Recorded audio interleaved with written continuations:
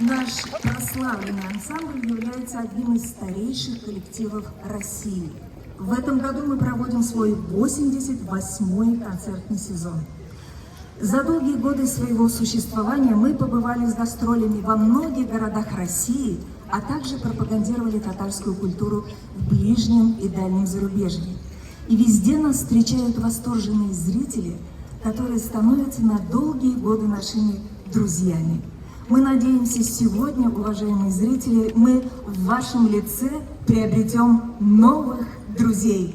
Эх, дусларам, друзья мои!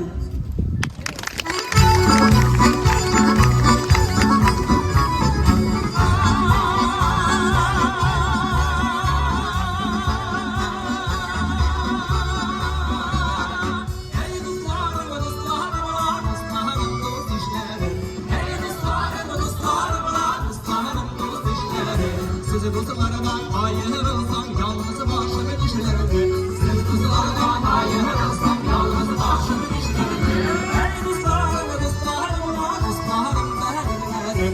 Ey dostlarım, dostlarım, dostlarım derler. Yaşlılar gidip esmerler.